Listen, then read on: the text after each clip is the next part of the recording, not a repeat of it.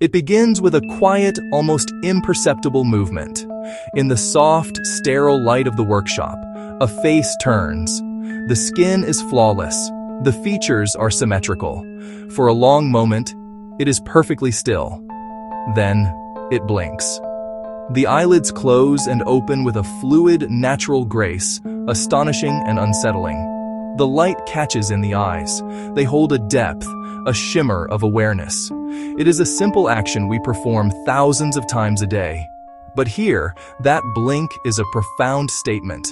It is the first breath of an artificial being, a crafted illusion of life. We are inside a vast, humming space. Not chaos or hurry. Calm, methodical purpose. The air is filled with a low, steady thrum. Ventilation systems, precision motors, cooling fans. Technicians in clean white coats move with practiced quietness. They are the architects of this new form of existence. Their faces are focused. Their hands are steady, working with delicate tools. A technician examines a disembodied hand. Another inspects a tray of iridescent eyes. Close up, a perfect, glassy orb. The factory is a series of small, specialized ecosystems. Raw materials wait on metal shelves, drums of pale, viscous silicone, spools of multicolored wire, trays of gleaming microchips. Robotic arms perform repetitive tasks with inhuman precision, a stark contrast to the careful human touch nearby. Here, the line between organic and synthetic is deliberately erased. Every action, from pouring a mold to soldering a circuit, is a step toward a single goal: to build a machine that does not feel like a machine. This journey from inert matter to semblance of life is slow and deliberate. It relies as much on artistry as engineering. The creation of the skin is where the illusion truly begins. We enter a room that feels more like a sculptor's studio than a factory floor. The air is warm and carries a faint, chemical scent. Large, intricate molds rest on steel tables, inner surfaces polished to a mirror shine. These are the negative spaces that will give birth to a face. Each mold is a masterpiece of detail: subtle contours of a cheek, delicate curve of a lip, faint lines that suggest age or expression. Patience and precision guide the process. A technician moves with the unhurried pace of a seasoned craftsman, meticulously preparing a mold, removing every speck of dust. A pale, honey-like liquid is poured. Medical-grade silicone, chosen to mimic skin texture and translucence.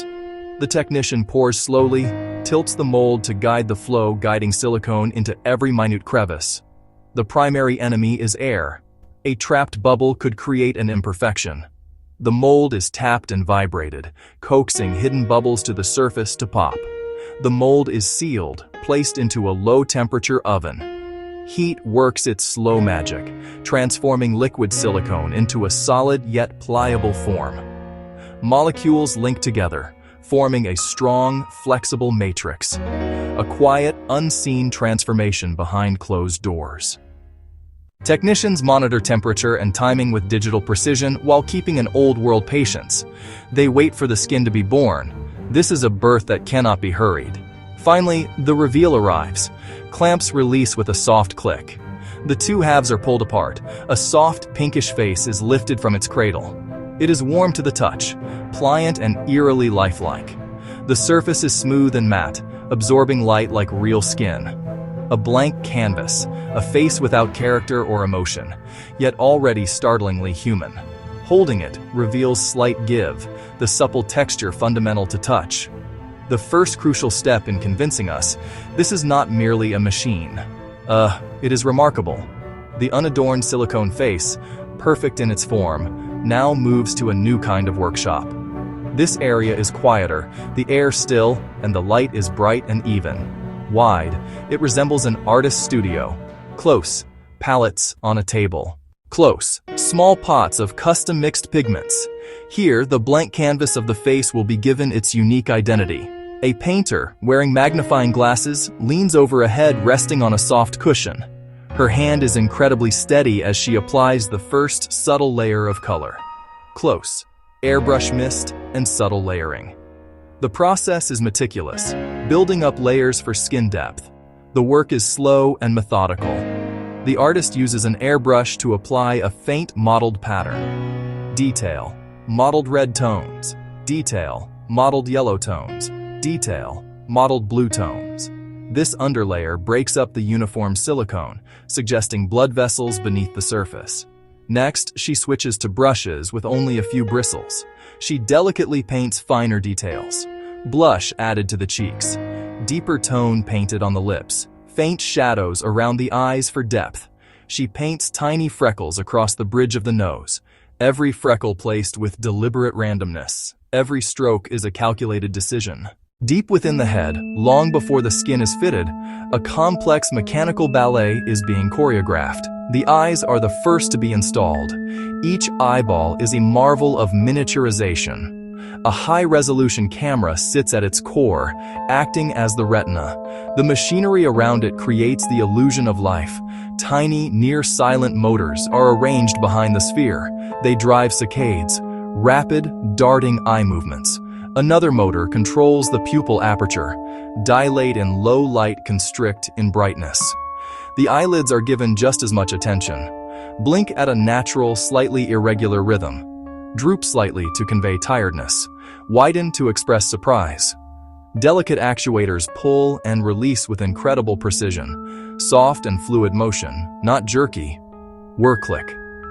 A technician tests the eyelid. It flutters shut and opens. The sound is barely audible, a whisper of engineering. The mouth is another nexus of intricate mechanics.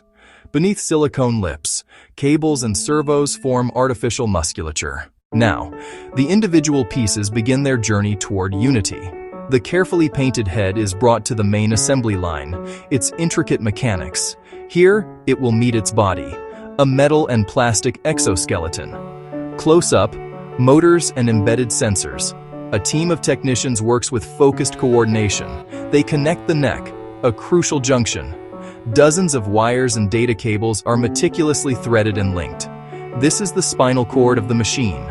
With the head secured, the focus shifts to the torso. The chest cavity is opened, revealing the main computer, the master brain, far more powerful than the local processor in the head. The technicians carefully plug in bundles of color-coded wires, connecting the arms, connecting the hands, connecting the sensory systems throughout the body. Each connection is checked against a digital schematic. A single misplaced wire could render an entire limb unresponsive. Once the physical connections are made, the software is brought to life. In a quiet room, away from the hum of the factory, the finished creation sits on a simple chair. It looks, for all intents and purposes, like a person waiting patiently. The hair is perfectly styled. The skin glows softly under the lights. The clothes are simple and neat. Months of labor have led to this moment. The first pour of silicone. The final line of code. A volunteer enters and sits opposite the robot. A moment of silence. Palpable tension as they regard one another. The robot's head tilts slightly, curious, then it speaks. Hello, it is a pleasure to meet you. The volunteer, hesitant at first, begins to relax. They engage in a simple conversation. The robot listens, eyes holding contact. The robot nods at the right moments. The volunteer smiles. The robot returns a soft, reciprocal smile. Its programming to mirror social cues is working flawlessly. The interaction feels like a genuine meeting. The boundary between programmed response and felt emotion blurs. Technicians watch from an adjacent room. Facial recognition identifies expressions on screen. Audio processors analyze the tone of the volunteer's voice. The robot's systems respond in real time on monitors. For the team, this is the ultimate test. They have built a machine that can simulate empathy. They have crafted an entity that joins human rituals of connection. The volunteer laughs at something the robot says. What is happening inside the human's mind?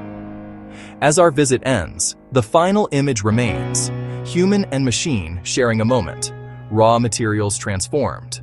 Motors creating smiles. Code mimicking conversation. The factory has made a lifelike automaton.